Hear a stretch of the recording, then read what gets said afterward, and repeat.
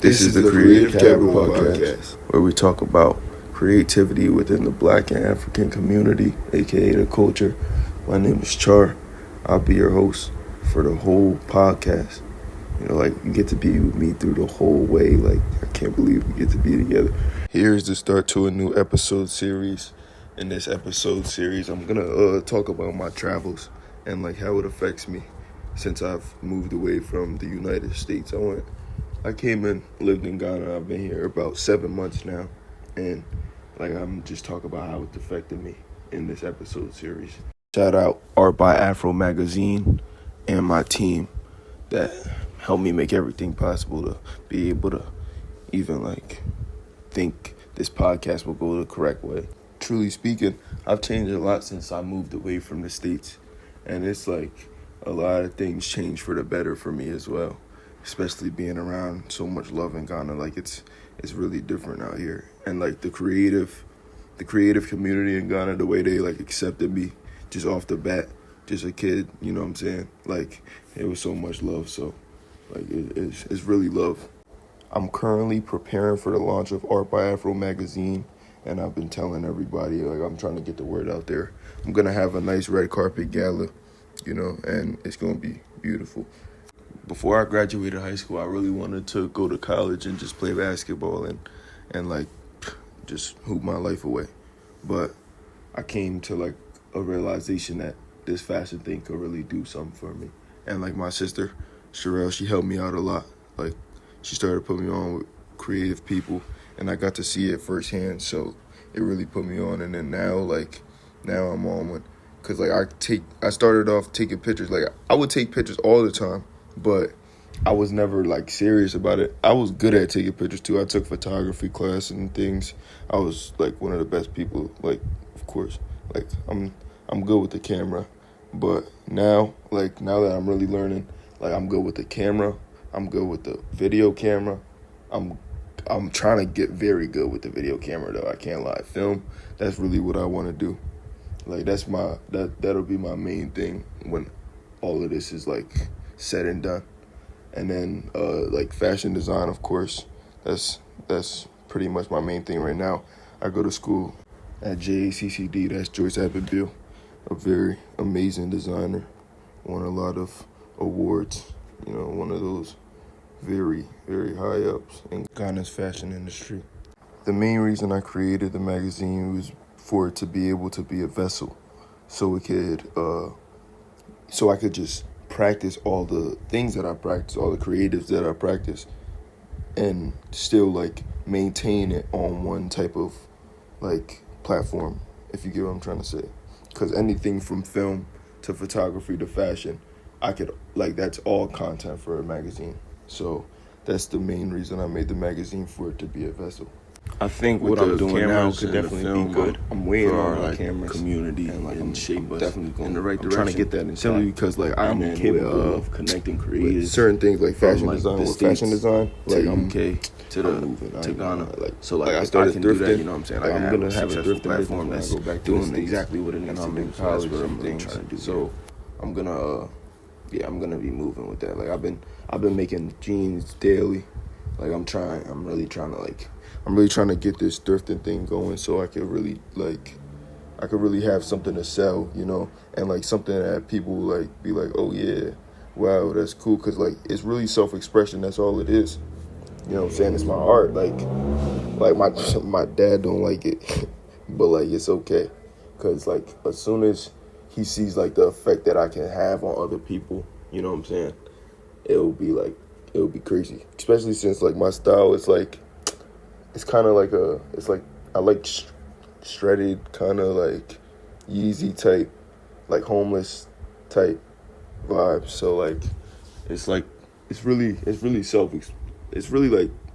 it helps me express myself a lot. See, now I want to talk about the spiritual aspect of being here and changing, completely changing cultures, completely different culture, I know for a fact 100% in the States, if I wanted to do this and I had tried to go with my creative side and I would have tried to do the magazine and the podcast and the thrifting, it would have been a little tougher where I'm from, especially in New Jersey. Like, I don't think it would have been the same, not at all. Especially since like here is way more love. Like here, I just kind of have more creative freedom. But I really did. I had a very deep spiritual awakening when I got here. I can't lie. Like, it was very deep, and I went on like a 30-day fast, and like I was really connected with nature, and I stopped eating meat. I think like that really helped me with my confidence and shaping me being the person that I am pursuing to be right now.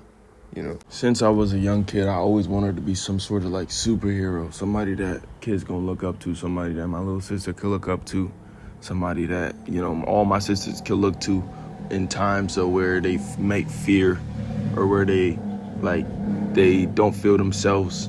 You know what I'm saying? Somebody that everybody can always fall back on, everybody that I love, I think I'll be able to fulfill that within the next couple of years as well. Like, I'm really confident in myself. I'm really trying to. I'm really trying. But back to the spirituality and like what my travels have done for me spiritually. I used to claim Christianity as my religion.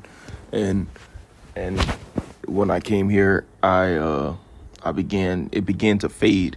That type of worship and praise, it began to fade. And I realized that coming to nature and being one with all is what I really need, and it makes me feel way more secure within everything, every single thing that I go through, anything. Because God is not only on my side, God is within me, and God lives through me. And like, if I have a Christian viewer, like, I hope that doesn't like scare them away, simply because I'm still a follower of the man Jesus Christ, or Yeshua, I should say, because I definitely trust in what he's done, and like I definitely practice the things he practiced, and I try and be like him rather than praising him. You feel me? So I know I can't like be actually perfect when it comes to sin. I'm sure that's not the point of what he was trying to tell us, but I try and shy away from the things that make you sin. You know what I'm saying? Like I said, I stopped eating meat because being like a sovereign being spiritually connected to everything and all that is, I don't think it's in human nature to eat animals. Except for, I still eat fish though. I can't lie, I still eat fish. However, you actually are what you eat. Like, you are what you eat. You know what I'm saying? So I don't want to be a pig. I'ma just leave it there. I'll just leave it there. Ever since I stopped eating meat, I feel like more grounded, and then there's like physical things that also change. Like, my breath doesn't smell like in the morning, but like feeling more grounded, it's far true. Like, anybody that doesn't eat meat and they tell you that, it's true.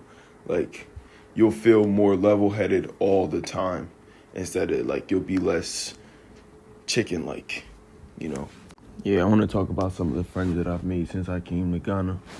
The first friend that I made, Kwame, bro. Like, this guy, he helped me start up the magazine, and I didn't even know him in person. I knew him off of Instagram, and like I've met with him, but like he's been a great help, like with the magazine and just helping me go forward with things.